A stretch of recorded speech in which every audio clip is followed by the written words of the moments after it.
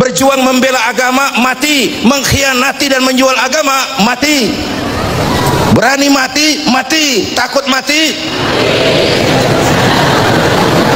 Sehingga Sayyidina Umar dengan ayat ini turun, kalau sebagian sahabat mau hijrah ngumpet-ngumpet, beliau malah kumpulin Quraisy dekat Ka'bah, pidato, tuan-tuan, besok pagi yang namanya Umar bin Khattab mau hijrah dari Mekah ke Madinah.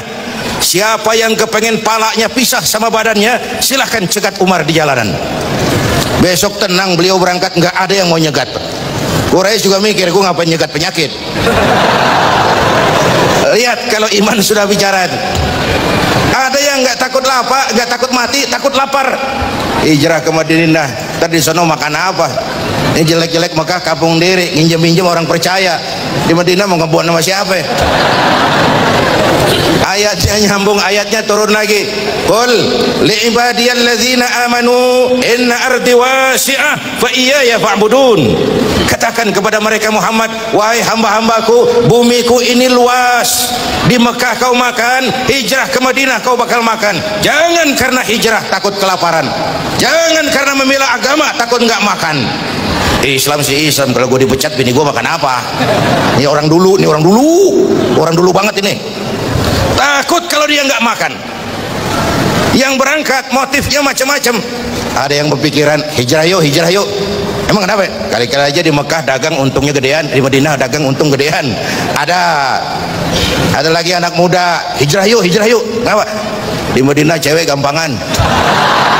Hijrah, ada. Lalu Nabi keluarkan itu hadis, innamal a'malu binniyat, di asbabul wurud, sebab-sebab keluarnya ini hadis. Segala perbuatan tergantung niatnya. Yang hijrah karena pengen dagang, dia bakal untung di Madinah. Yang hijrah karena perempuan, dia bakal kawin di Madinah. Hijrahnya bergantung kepada niatnya. Saudara hadirin yang saya hormati, iman ini yang dibela, ini yang dipertahankan, ini yang diperjuangkan. Orang kayak Sayyidina Abu Bakar berangkat ikut hijrah, coba pikir, ngapain neangan naon? Kehormatan diri, beliau bangsawan. Kekayaan, beliau hartawan. Hartawan, bangsawan, mau tengah malam buta kebelangsak nemenin Nabi, tinggal di Gua Sur. Mana sekarang hartawan bangsawan mau kebelangsak tengah malam nemenin kiai? Bawaannya kalau kiai bawa map udah curiga aja sumbangan nih.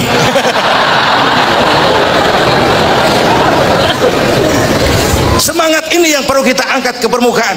Kerelaan berkorban, kemauan untuk berbuat karena panggilan iman. Kalau iman sudah bicara, kebahagiaan batin yang muncul. Kalau batin bahagia, penderitaan badan nggak berasa. Itu semangat hijrah.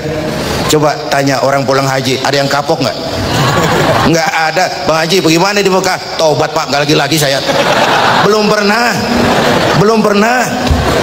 Malah waktu tawaf wada mengucapkan selamat tinggal ke Ka'bah, mau balik ke kampung halaman, air mata berlinang. Ya Allah, kapan saya bisa balik ke sini lagi? Pulang aja belum, udah mikirin balik. Apa yang dirasakan? Kebahagiaan hati. Kalau hati bahagia, penderitaan badan nggak terasa. Itulah hijrah. Semuanya terasa ringan. Ini yang pertama, semangat hijrah. Yang kedua, hijrah itu apa? Yang kedua, hijrah ini perjalanan membangun ukhuwah. Orang-orang Makkah yang ke Madinah disebut muhajirin. Orang Madinah yang menyambut kedatangan orang Makkah dinamakan Ansor. Bagaimana sikap orang Madinah menyambut kedatangan orang Mekah? Apa pakai tolak pinggang? Orang Mekah, kamu kesini pendatang ya, jangan macam-macam di sini, tak celurit sampean. Apa begitu? Enggak tuh. Masing-masing pada nyari saudara, masing-masing nyari teman. Saudaraku dari Madinah, dari Mekah, selamat datang di Madinah. Jangan takut terlantar di sini. Rumah saya kamarnya 4, ente pakai 2, saya 2. Nyari saudara. Datang yang lain, saudaraku dari Mekah, selamat datang di Madinah. Jangan takut lapar di sini. Kambing saya 4, ente pakai 2, saya 2. Nyari saudara.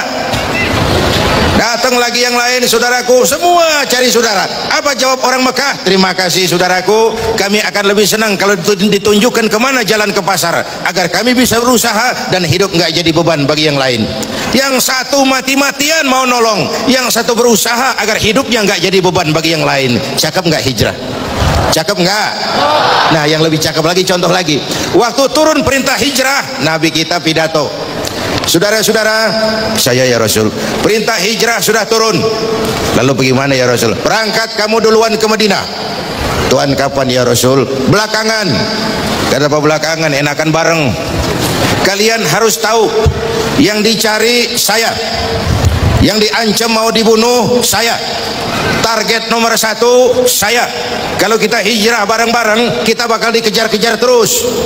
Tapi kalau kamu berangkat duluan, insya Allah kamu akan sampai dengan aman dan selamat. Kenapa? Karena saya yang diuber-uber tetap bertahan di Mekah. Mekah bahaya, berangkat kalian ke Madinah, selamatkan dirimu. Nih baru pemimpin. Enggak mentang-mentang turun perintah hijrah terus ngepak koper, udah ya gue duluan ya, jaga diri masing-masing ya. Enggak, umat dulu diselamatin. Kalau rakyatku lapar, aku orang pertama yang harus merasakan lapar. Kalau rakyatku kenyang, biar aku orang terakhir yang merasakan kenyang. Itu pemimpin. Kita rindu pemimpin-pemimpin seperti yang dicontohkan oleh baginda Rasulullah sallallahu alaihi wasallam. Dari dunia sampai akhirat beliau cinta kita. Dari dunia sampai akhirat beliau belain kita. Umumnya kan orang kalau mau jadi pemimpin zaman sekarang kan kampanye. Ya, mau jadi wali kota kampanye, mau jadi bupati kampanye, mau jadi gubernur kampanye, mau jadi anggota DPR kampanye. Umumnya kan kalau kampanye mah lagunya merdu-merdu. Ya, lagunya merdu, cerita soal pendidikan gratis, soal mudahnya pengobatan, soal lapangan kerja. Udah jadi mah. Ya itu, kalau baru-baru mah rajin baca ayat kursi, dapat kursi lupa ayatnya kan, dapat kursi lupa sama ayat. Saudara-saudara, karena hijrah membangun ukhuwah, ayo jaga kesatuan, persatuan, kerukunan dan kekompakan. Amin. Karena hijrah mempertemukan Ansar dan Muhajirin. Unzur kaifa akhar rasulu bainal Muhajirin wal Ansar. Bagaimana Rasul mempertemukan, mempersaudarakan Ansar dan Muhajirin. Dilepaskan manusia dari ras diskriminasi, dilepaskan manusia dari ikatan darah dan diikat dengan nilai-nilai akidah. Hadirin yang saya cintai, ini sudah rangkuman. Pertama, intan paling mahal, mutiara paling berharga adalah iman. Jaga baik-baik, wariskan kepada anak-anak kita. Biarin zaman berubah, akidah jangan goyah. Boleh masa berganti, keyakinan jangan mati. Karena iman kita hidup, untuk iman kita berjuang, dalam iman kita ingin kembali menghadap Allah Subhanahu. Satu. Yang kedua, kalau kita mau menang, kita harus kuat. Kalau kita mau kuat, kita harus bersatu. Untuk bisa bersatu, hidupkan semangat silaturahmi. Itu intisari ringkasan dari almarhum Panglima Besar Sudirman. Tidak ada kemenangan kalau tidak ada kekuatan. Tidak ada kekuatan kalau tidak ada kesatuan dan persatuan. Tidak mungkin terwujud kesatuan dan persatuan tanpa adanya semangat silaturahmi. Maka menghadapi kesulitan-kesulitan besar sebagai bangsa, kata kuncinya adalah kesatuan, persatuan, kerukunan dan kekompakan. Sebagaimana hijrah sudah mempersatukan Mekah dengan Madinah, mempertemukan Ansor dengan Muhajirin. Waktu kita hijrah dari penjajahan kepada zaman kemerdekaan, kita juga sudah kontrak, kita ini mau bersatu nusa, satu bangsa, satu bahasa.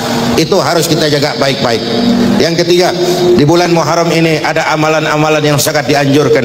Pertama, memperbanyak istighfar. Memperbanyak istighfar. Wa ma kana Allahu mu'adzibahum wa hum yastaghfirun.